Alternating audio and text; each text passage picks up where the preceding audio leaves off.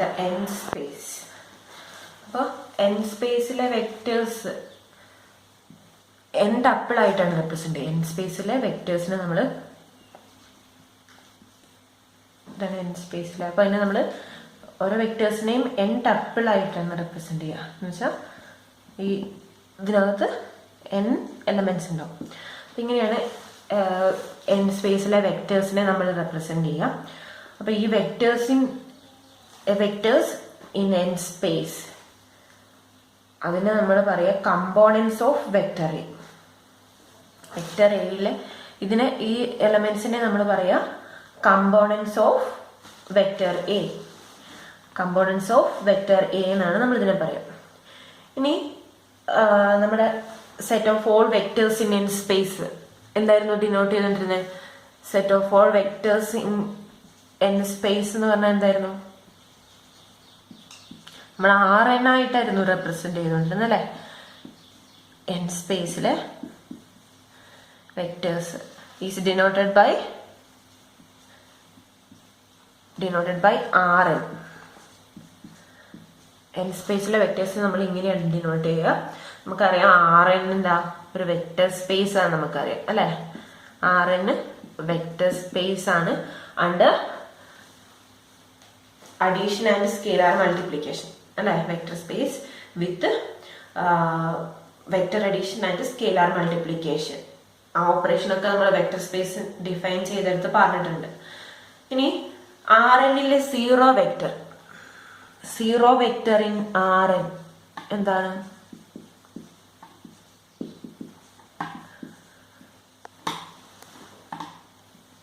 Rn ആണ്. Rnലെ zero vector എന്ന് പറയുന്നത് സീറോ വെക്ടർ ആണ്. അതെങ്ങനെയാണ് നമ്മൾ ഡിനോട്ട് ചെയ്യുക? ഡാർക്ക് ആക്കി ചെയ്താൽ ഈക്വൽ ടു ഇങ്ങനെ n ടൈംസ് സീറോയുടെ n ടപ്പിളാണ്. ഇനി നമ്മൾ വെക്ടറിന്റെ ലെങ്ത് അല്ലെങ്കിൽ മാഗ്നിറ്റ്യൂഡ് ഓഫ് വെക്ടർ, ലെങ്ത് അല്ലെങ്കിൽ മാഗ്നിറ്റ്യൂഡ് വേറൊരു പേരും കൂടി ഉണ്ട് ഇതിന്, നോം. ലെങ്ത്, മാഗ്നിറ്റ്യൂഡ് അല്ലെങ്കിൽ നോം of a vector. Length or magnitude or Noam of a vector നമ്മൾ കണ്ടുപിടിക്കുന്നത് ഇങ്ങനെയാണ്. Length of a vector A എന്ന് പറഞ്ഞാൽ നമ്മളിവിടെ എഴുതിയത് തന്നെ എഴുതാം. Equal to A1 A2 etc. An is defined by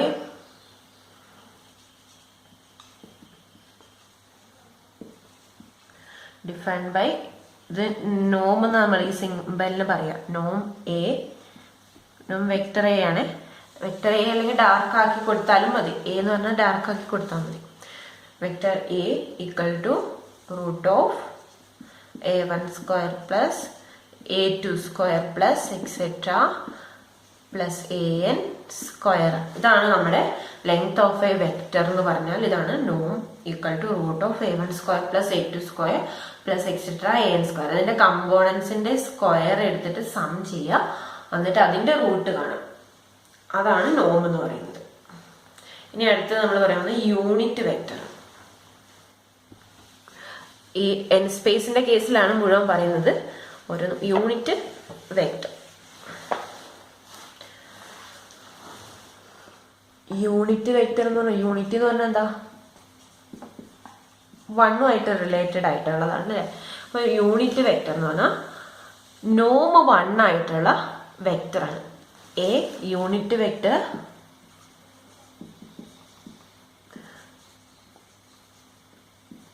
is 1 whose norm is 1. ഇപ്പോൾ ഒരു വെക്ടറിനെ നമ്മൾ യൂണിറ്റ് വെക്ടർ എന്ന് പറയുകയാണെങ്കിൽ അതിന്റെ നോം എന്താവണം? നോം 1 ആവണം. അന്ന് നമ്മൾ പറയും അതിനെ യൂണിറ്റ് വെക്ടർ എന്ന് പറയും. ഇനിയിപ്പോൾ യൂണിറ്റ് വെക്ടർ അല്ല, ഇപ്പോൾ ഒരു നോൺ സീറോ വെക്ടർ ഉണ്ട്. Vector A non zero vector ആണ്. നോൺ സീറോ വെക്ടറിനെ നമുക്ക് യൂണിറ്റ് വെക്ടർ ആക്കണം, കൺസ്ട്രക്ട് ചെയ്യണം. ഒരു യൂണിറ്റ് വെക്ടർ ആയിട്ട് കൺസ്ട്രക്ട് ചെയ്യണമെങ്കിൽ നമ്മൾ എന്ത് ചെയ്യും? ഈ എ എന്ന് പറഞ്ഞ വെക്ടറിന്റെ നോമ് കാണാം. ആദ്യം നോമ് കാണാം, എന്നിട്ട് എന്ത് ചെയ്യുക? അതിനെ നമ്മൾ യൂണിറ്റ് വെക്ടർ ആക്കാൻ പോവാണ്. യൂണിറ്റ് വെക്ടറിനെ യു കൊണ്ട് റെപ്രസെന്റ് ചെയ്തു. 1/norm A into A vector ചെയ്താൽ എ വെക്ടറിന് കറസ്പോണ്ടിങ് ആയിട്ടുള്ള യൂണിറ്റ് വെക്ടർ നമുക്ക് കിട്ടും. The unit vector corresponding to the vector A is given by vector U equal to 1/norm A into vector A. അപ്പം എങ്ങനെ എഴുതിയാൽ മതി? Unit vector for vector A not equal to non zero vector. ഇനി എന്ത് ചെയ്യാം? The unit vector corresponding to vector A is given by vector u equal to 1/norm a into vector a. അപ്പോൾ ഇതിനെ നമ്മൾ പറയും നോർമലൈസിങ്. യൂണിറ്റ് വെക്ടർ ആയിട്ട് construct ചെയ്യുന്നതിനെ നമ്മൾ നോർമലൈസിങ് എ എന്ന് പറയും. ദിസ് മെത്തേഡിനെ നമ്മൾ പറയും നോർമലൈസിങ്.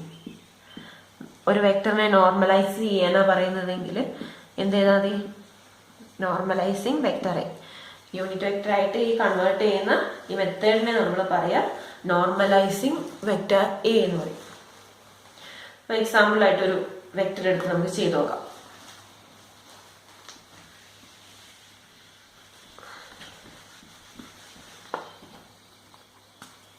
ഇഫ് വെക്ടർ എക്സാമ്പിൾ ആണ് vector a equal to 2 3 0 4 -1.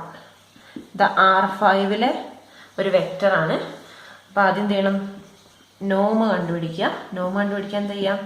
√(a1² എന്നാണ് 2². അടുത്തത് 3² + 0² + 4² + -1² കണ്ടുപിടിക്കുക.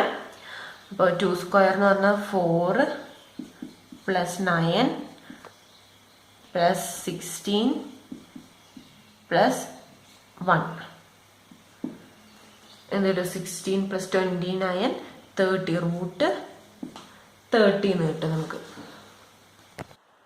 നോമ് കിട്ടി. ഇനി എന്ത് ചെയ്യുക? Unit vector. എൻ്റെ unit vector u unit vector എന്ന് എഴുതിക്കോ. Unit vector U equal to 1/norm vector a into vector a. ഇപ്പം നോം എന്ന് പറഞ്ഞാൽ എന്താ?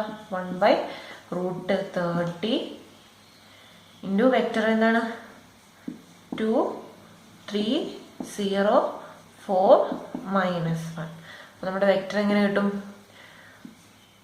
2/√30, 3/√30, 0 4/√30, -1/√30. അപ്പോൾ ഇതാണ് നമ്മുടെ unit vector corresponding to vector A എന്ന് പറയുന്നത്. ഇനി നമ്മൾ വെക്ടറുകൾക്ക് സാധാ പ്രൊഡക്റ്റ് നമുക്ക് പറയാൻ പറ്റില്ല. വെക്ടറുകൾ തമ്മിൽ നമ്മൾ മൾട്ടിപ്ലിക്കേഷൻ പകരം നമ്മൾ പറയാ ഡോട്ട് പ്രൊഡക്റ്റ് അല്ലെങ്കിൽ ഇന്നർ പ്രൊഡക്റ്റ്, അങ്ങനെ കുറച്ച് ടൈമാണ്. Euclidean inner product, standard inner product, dot product, അതൊക്കെ വെക്ടറുകൾ തമ്മിലുള്ള പ്രൊഡക്റ്റിനെ സൂചിപ്പിക്കുന്നു. അടുത്തത് സ്റ്റാൻഡേർഡ് ഇന്നർ പ്രൊഡക്റ്റ്.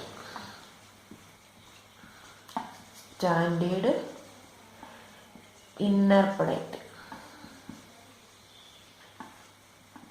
ഇതിന് വേറെ പേരുകളുണ്ട്. Euclidean inner product, Euclidean inner product, അല്ലെങ്കിൽ ഡോട്ട് പ്രൊഡക്റ്റ്.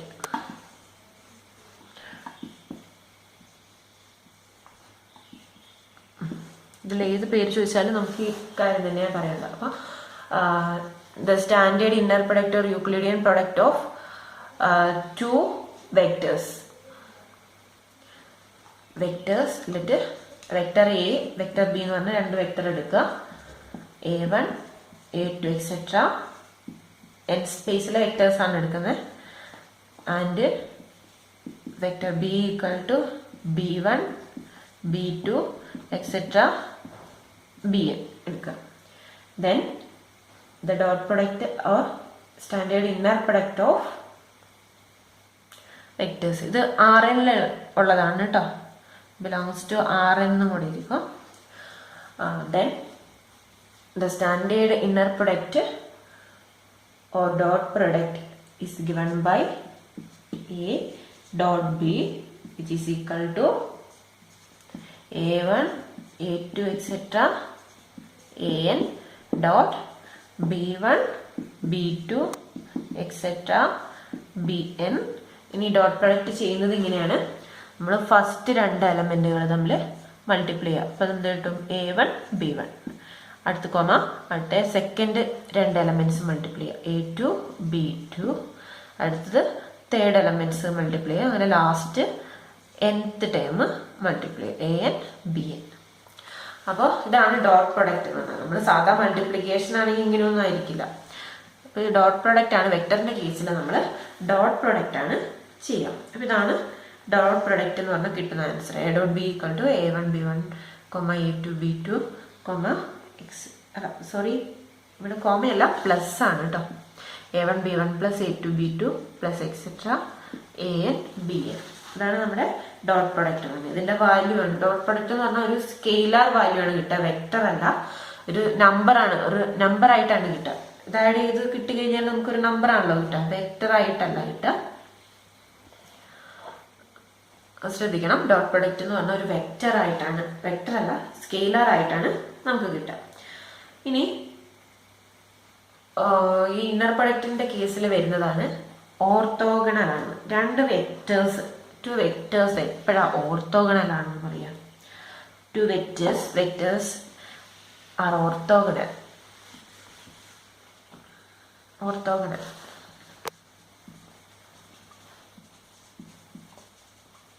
ഓർത്തോഗണൽ വെക്ടേഴ്സ് എന്ന് പറയണമെങ്കിൽ to vectors A and B, vector A and vector B in Rn are said to be orthogonal